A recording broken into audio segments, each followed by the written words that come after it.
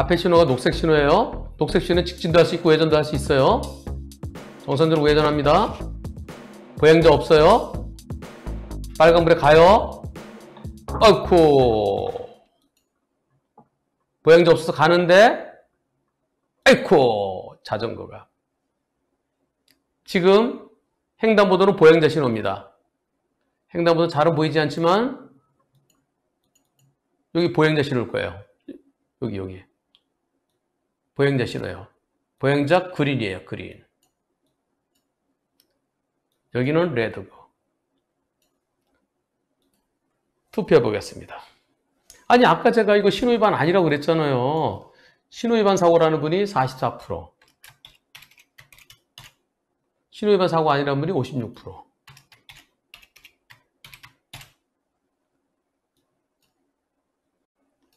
이 신호는 누구 신호예요? 저 건너편에 있는 신호죠. 우회전 할 수 있어요. 우회전해서 그냥 가면 되는 거예요. 자, 여기는 직진도 할 수 있고 우회전도 할 수 있어요. 우회전하면 그냥 갈 수 있는 거예요. 갈 수 있고요. 갈 수 있는데 다만 이 횡단보도는 우회전한 차에게는 요거는 신호등 없는 횡단보도예요. 만약에 신호등이 빨간불이면 저기 보행자 신호 빨간불이 그건 횡단보도가 아닙니다. 다 한번 해보죠 또. 하나씩 설명드려야 돼요. 횡단보도 보행자 신호가 빨간불이다. 빨간불에 횡단하던 사람을 자동차가 충격했다. 1. 그거 횡단보도 사고다. 즉 보행자 보호 의무 위반이다. 2. 아니다. 빨간불일 때는 횡단보도 사고 아니다. 자, 투표 또 해봅시다. 투표 시작.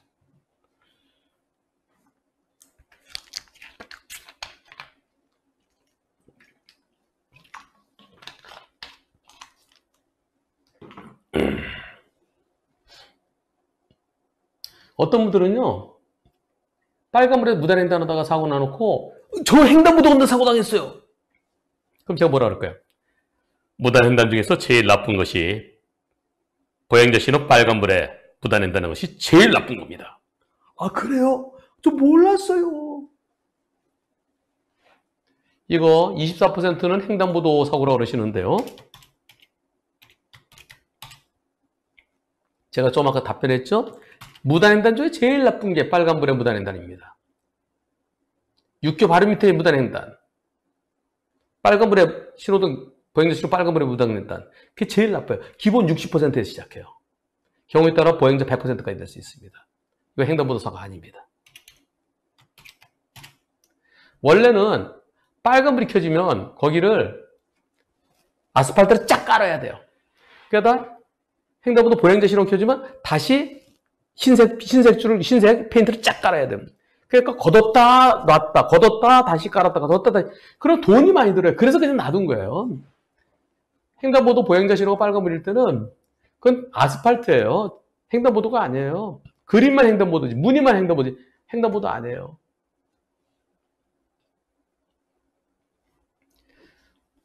여기서요. 불박차가 우회전하고 보니까 신호등이 빨간불이다. 불박차는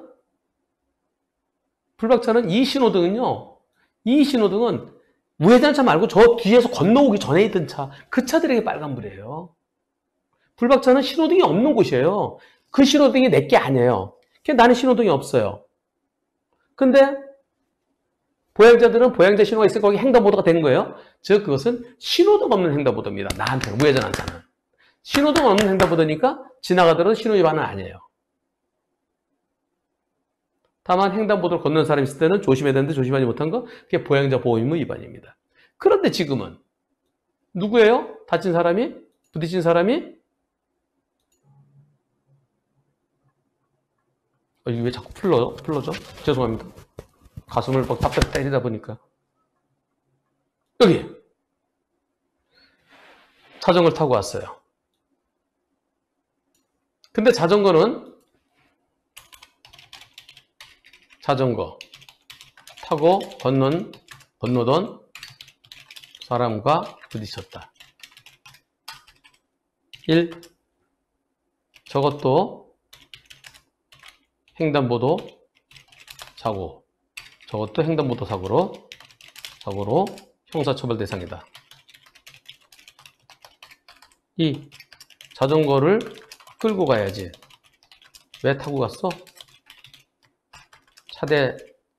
차 사고이기에 보행자 보호 위반 아니다.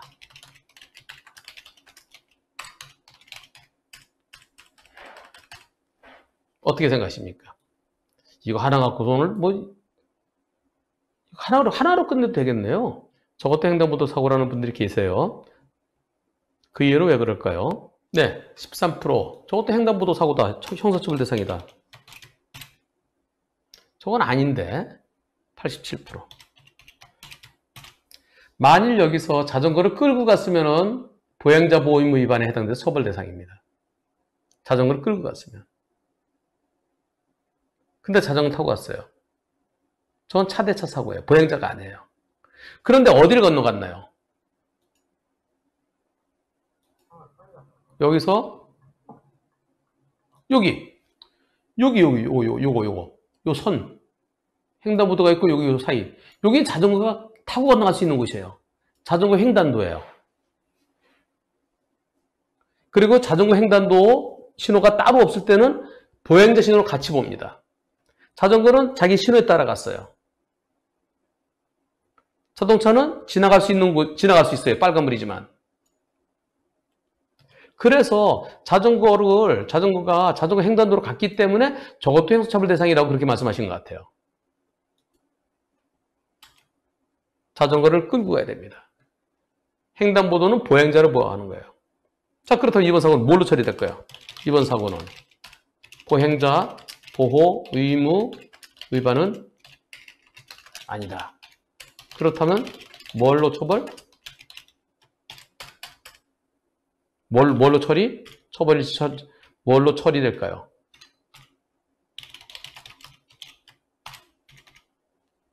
(1) 안전운전 불이행이다. 2. 신호위반이다. 3. 보행자 보호 의무 위반이다.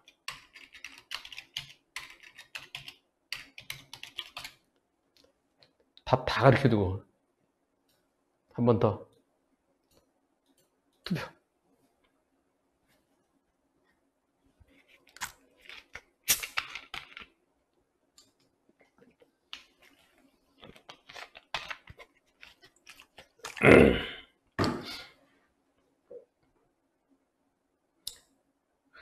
다 설명했잖아요. 신호위반도 아니고 보행자 보호 의무 위반도 아니라고 그랬잖아요. 참나. 91% 안전운전 불이행이죠. 91%. 신호위반 아니라 그랬잖아요. 근데 6% 신호위반이라고요? 아까 제가 한참 설명했는데 못 들으셨어요. 보행자 자전거 끌고 가야 된다 그랬잖아요. 저 차대차 사고라 그랬잖아요. 근데도 3%가 또 있네요. 이번 사고는 안전운전 불이행입니다. 따라서 안전운전 불이행이기 때문에 만약에 자전거가 사망한다든가 또는 자전거 운전자가 식물인간 사지마비처럼 중상해라든가 그러면 처벌 대상이에요. 그렇지 않으면, 아주 크게 다치지 않으면 어디를 얼마나 다쳤을까요? 보겠습니다.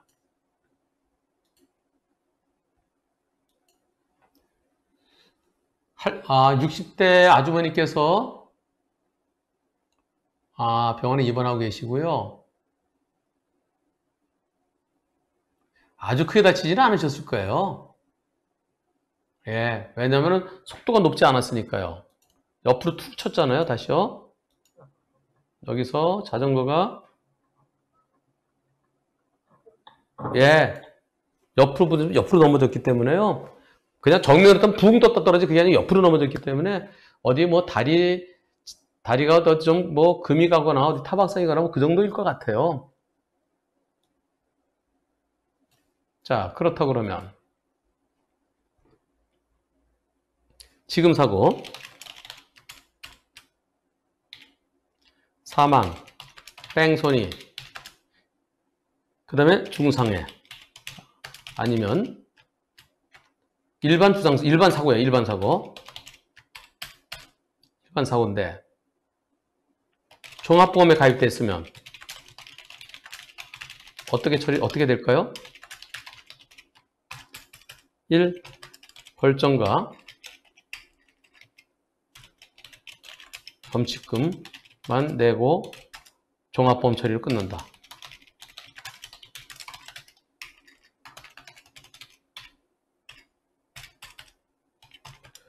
벌점과 다친 정도에 따라 벌금, 즉 벌금은 형사처벌이에요. 처벌 받는다. 어떻게 될까요? 안전운전 불이행이에요. 투표 시작. 벌점이요? 안전운전 불이행이 벌점 10점이죠. 그러니 사람이 다쳤으니까 2주는 5점, 3주 이상이면 15점이죠. 벌점은 언제든 따라가는 거예요. 도로에서는. 아, 여러분들 기본적인 개념을 모르시는 분들이 많으시네요. 자, 제가 뭐라 그랬어요? 사망사고 아니고, 뺑소니 아니고, 중상해 아니고, 신호위반도 아니고, 횡단보도사고도 아니고, 물론 음주나 무면허라 그러면 처벌되겠죠. 그것도 아닌 건 전제라는 거죠. 종합범위에 가입되어 있으면은 그냥 그걸로 끝나요. 범칙금 4만 원 플러스 벌점 한 15점이나 25점이겠죠. 형사처벌 안 받습니다. 왜? 공소권 없기 때문에. 근데 형사처벌 받는다는 의견이 18%나 있네요. 아, 여러분들 기본이 안 된 분들이 많으시네. 아니, 뭐 제가 볼 때는 너무나 간단한 건데 여러분들은 좀 어렵죠. 어려울 수 있죠. 네, 아주 몇 대 몇은 좀 아시더라도 아주 기본적인 걸 모르시는 분들이 많이 계시네요. 여기서 전제가 뭐죠? 종합보험. 종합보험이나 공제조합. 만일 책임보험만 가입되어 있다면 어떻게 될까요? 1. 무조건 형사처벌을 받는다. 중상해 아닌 거예요. 중상해는 식물인간 사지마비, 하반신마비, 반신불수, 팔다리 절단 이런 걸 말하는 거예요. 그 정도는 아닌 것으로 보여집니다. 뭐 다리가 부러져서 뭐 진단 12주, 24주 그러고 중상해 아니에요. 다리 붙으면 장애 안 남아요. 중상해 아닐 때. 책임보험 가입되어 있어 무조건 처벌받지. 아니야. 이 형사 합의하면 처벌 안 받고 입니다. 투표 시작. 책임보험만 가입되어 있다면 네. 3%는 무조건 형사처벌 받는다. 형사합의하면 처벌 안 받는다. 97%. 처벌 안 받습니다. 합의하면. 그런데 합의하려면 돈이 많이 들죠. 그래서 종합보험 가입하라는 거예요. 종합보험에 가입하면 우선 민사적으로 모든 걸 보험사가 다 책임지죠. 할증 문제는 나중 문제고요. 종합보험에 가입돼 있으면 내가 처벌받는 거는 사망, 뺑소니, 무진장 많이 다친 중상해. 그리고 그 다음에가 12가지입니다. 그 12가지가 신호위반, 중앙선 침범, 횡단보도 보행자 보호의무 위반, 또 20km 초과한 거, 그리고 음주, 무면허, 철길 건널목 조심하지 않은 거, 또 그 개문발차, 그리고 보도 침범, 어린이 보호구역 사고, 그 다음에 적재물 추락 방지, 가다가 물건이 뚝 떨어져서 다른 차 부딪혀서 다치게 한 거, 이렇게 12가지. 그다음에 추월 하지 못할 때 추월한다든가, 터널이나 또는 다리, 교량, 이런 데 추월하다가, 또는 교차로에서 추월하다가, 이럴 때, 또 우측 추월하다가, 그것까지 하면 12가지예요. 12가지 해당이 안 되면은, 그 종합범 처리가 끝나고, 난 벌점하고 범칙금만 내면 끝나요. 그런데 그 어린이 보호 중에서 자동차와 원동기 장치 자전거는 훨씬 더 무겁게 처벌하는 것이 그게 민식이법이에요. 그리고 음주운전에 대해서 술이 죄송합니다. 속된 말이 나오네. 술이 엄청 많이 취해갖고, 그래서 그냥 마탱이가 간 경우, 그럴 때 그게 윤창호법이에요. 특가법으로 가는 거예요. 종합범 가입이 꼭 필요합니다. 근데 이 사건에 있어서 지금 이 사건이 종합범에 가입 안 돼 있대요. 이 할머니랑. 이 과실은 몇 %일까요? 과실. 이 할머니도 그냥 쑥 들어와요. 할머니도 아니고 아주머니죠? 자동차를 가는데 100대 0은 아닌 것으로 보여집니다. 이미 자전거 들어와 있는 걸 내가 들여봤던 100대 0인데 자전거 들어올 때는 주변을 살피고 들어와야죠. 왜? 우회전하는 차가 있을 수 있으니까요. 그래서 보험사에서 70대 30으로 얘기되고 있답니다. 뭐 70대 30 또는 뭐 80대 20으로 얘기될 수 있겠죠. 100대 0이요? 자전거 무턱대고 건너가도 되나요? 자전거 올 때 이미 차가 가고 있었는데요. 여기서 자전거 여기 가고 있죠? 가고 있는데 여기서 가기 전에 주변에 살펴야죠? 예, 좀 살폈어야 돼요. 그래서 100대 0은 아닌 것으로 보여집니다. 한 8대 2 정도? 8대 2, 7대 3? 9대 1? 보는 관점에서 거기서 왔다 갔다 할 것 같습니다. 근데 내가 종합범에 들어있으면은, 그거는 보험사도 맡기면 돼요. 난 아무런 처벌 안 받으니까요. 그게 종합범에 가입 안 돼 있어요. 이제는 과실을 따지는 게 아닙니다. 합의를 해야 돼요. 합의되면은 나 처벌 안 받습니다. 합의 안 되면 처벌 받는데요. 1주당 벌금 50만 원이에요. 8주면 400만 원. 12주면 600만 원. 그리 생각하시면 됩니다. 그래서 벌금 낼 돈 플러스 알파.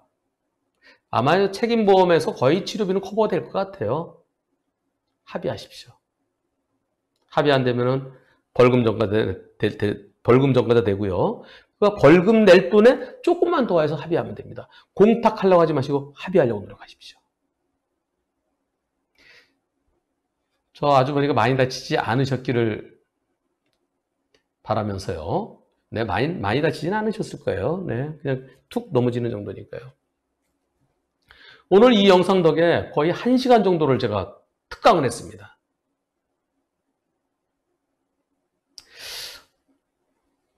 모쪼록 원만히 잘 해결되시. 그리고 저 아주머니도요. 웬만하면 합의하는 게 좋아요. 장애가 크게 남지 않는다면. 왜냐하면 민사적으로 소송 걸려고 그러면 본인이 할 수 있나요? 변호사 선임해서 하면 이거 뭐 별로 비용 빼고는 남는 거 없을 것 같은데요. 그래서 저런 사고 장애가 별로 안 남고 좀 병원에서 한두 달 고생하고 아주 크게 걔가 중상해가 아니라 그러면 서로 원만하게 합의하는 게 좋습니다. 민사소송 해봤자 책임보험 초과되는 거 받을 거 몇 푼 없어요. 위자료 몇백 정도? 그래서 양쪽에서 다 이 방송을 봤으면 좋겠어요. 질문자는 당연히 보고 계시죠? 저 자전거 운전자 쪽에서도 그 가족들이 보신다 그러면 서로 조금씩 양보해서요. 벌금 낼 돈, 그러니까 1주당 50만 원이라 했어요. 그렇게 계산한 거 플러스 조금 더 해서 합의하세요. 여기서 또 하나 말씀드릴게요. 자, 여기서요. 진단이 6주 나왔다. 예를 들어서요.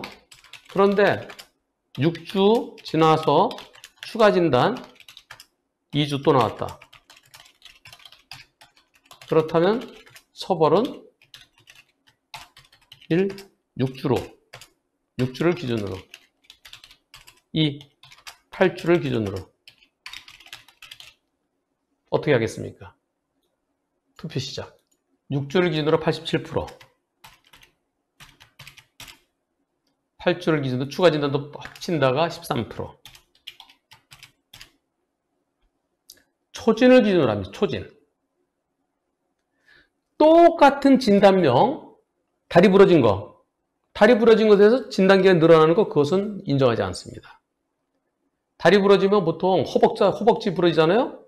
그래서 쇠박는 수술하잖아요? 그거 12주 진단 나와요. 그런데 입원은 얼마 하나요? 4개월, 6개월, 8개월 해요. 어떤 경우는 뼈가 잘 안 붙어서 5년 동안 입원하는 경우도 있어요. 그럼 5년이면 250주인가요? 그렇게 안 해요. 초진을 기준으로 합니다. 다만 처음에는 못 찾았어요. 근데 나중에 보니까 어휴, 이런 것도 또 있었네?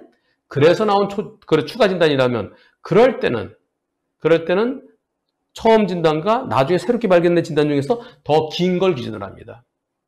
하나 더 하죠. 야, 오늘 이거 뭐 완전히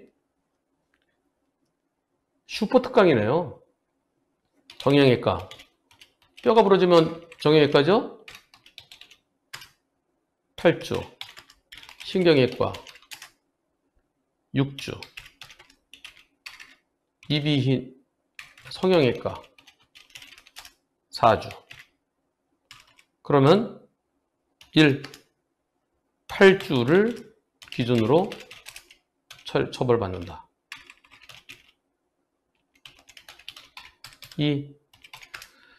18주네요. 18주를 기준으로 처벌받는다. 투표해 보겠습니다. 투표 시작. 성형외과 말고 다른 걸로 할게요. 흉부외과. 네, 성형외과는 왜냐면 나중에 성형수술 나중에 하거든요. 예. 하여튼 과목이 다 다르게 나온 거예요. 자, 8주를 기준으로 한다가 93%. 18주를 기준으로 한다가 7%. 다리도 부러지고요. 뇌출혈도 있고요. 그 다음에 여기 가슴, 갈비뼈도 부러지고, 저기 폐도 갈비뼈가 부러져갖고 막 다치고요. 그랬을 때, 정형외과 8주 다 치료받고, 그 다음에 신경외과 다 치료받고, 그 다음에 흉부외과 가나요? 동시에 치료가 이루어지죠. 그래서 제일 긴 거 하나랍니다. 제일 긴 거. 여러 가지 진단이 있으면 그냥 제일 긴 거로 기준을 합니다. 잘 모르는 분들은, 진단이요? 과목마다요? 전부 다 합치니까 50주 나왔어요. 제일 긴 거랍니다. 그렇게 하나씩 치료받으면 그 사람 죽어요. 동시 패션으로 치료를 받죠.